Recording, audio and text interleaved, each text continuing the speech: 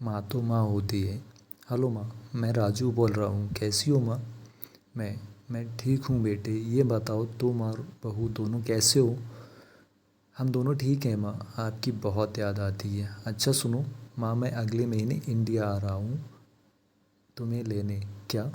हाँ माँ, अब हम सब साथ ही रहेंगे। नीतू कह रही थी माँ जी को अमेरिका ले आओ, वहाँ के अकेली बहुत परेशान हो रही होंगी। हेलो, सुन रही हो माँ? हाँ हाँ बेटे। बूढ़ी आंखों से खुशी की सुधारा बह निकली। बेटे और बहू का प्यार नस नस में दौड़ने लगा। जीवन के 70 साल गुजार चुकी सावित्री ने जल्दी से अपने पल्लू से आंसू पोंछे और बेटे से बात करने लगी। पूरे 2 साल बाद बेटा घर आ रहा था। बूढ़ी सावित्री ने मोहल्ले भर में दौड़ दौड़ कर ये खबर सबको सुना दी। सभी खुश थे कि चलो बुढ़ापा चैन से बेटे और बहू के साथ गुजर जाएगा।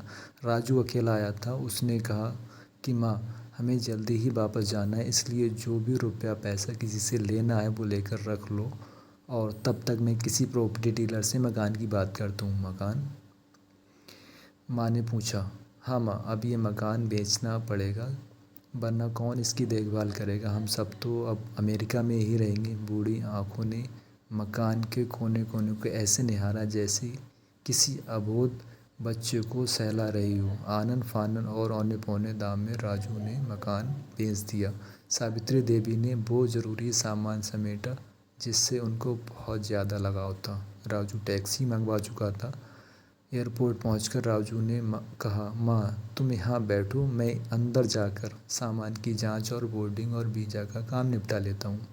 ठीक है बेटे। सावित्री देवी वहीं पास की बेंच पर बैठ गईं। काफ़ी समय गुजर चुका था। बाहर बैठी सावित्री देवी बार बार उस दरवाजे की तरफ देख रही थी जिसमें राजू गया था, लेकिन अभी तक बाहर नहीं आया। शायद बहुत भीड़ होगी सोचकर बूढ़ी आंखें फिर से टकटकी लगाए देखने लगी। अंधेरा हो चुका था। एयरपोर्ट के बाहर गहमा गहमी कम हो चुकी थी। माँ जी, किससे मिलना है? एक कर्मचारी ने वृद्धा से पूछा। मेरा बेटा अंदर गया था टिकट लेने, वो मुझे अमेरिका लेकर जा रहा है, सावित्री देवी ने घबरा कर कहा। लेकिन अंदर तो कोई पैसेंजर नहीं है। अमेरिका जाने वाली फ़्लाइट तो दोपहर में ही चली गई। क्या नाम था आपके बेटे का? कर्मचारी ने सवाल किया। रा, राजू। सावित्री के चेहरे पे चिंता की लकीरें उभर आईं। कर्मचारी अंदर गया और कुछ देर बाद बाहर आया। बोला, माँ जी, आपका बेटा राजू तो अमेरिका जाने वाली फ़्लाइट से कब का जा चुका। क्या? वृद्धा की आंखों में आंसू का सैलाब फूट पड़ा। बूढ़ी माँ का रोम रोम कांप उठा। किसी तरह वापस घर पहुंची जो अब बिक चुका था। रात में घर के बाहर चबूतरे पर ही सो गई। सुबह हुई तो दयालु मकान मालिक ने एक कमरा रहने को दे दिया।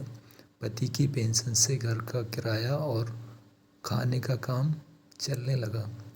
समय गुजरने लगा। एक दिन मकान मालिक ने वृद्धा से पूछा, माँ जी, आप क्यों नहीं आप अपने किसी रिश्तेदार के यहाँ चली जाएं?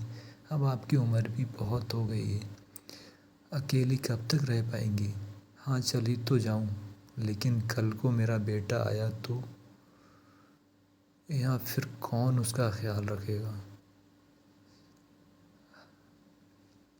आँख से आंसू आने लग गए दोस्तों। Thanks for watching this video.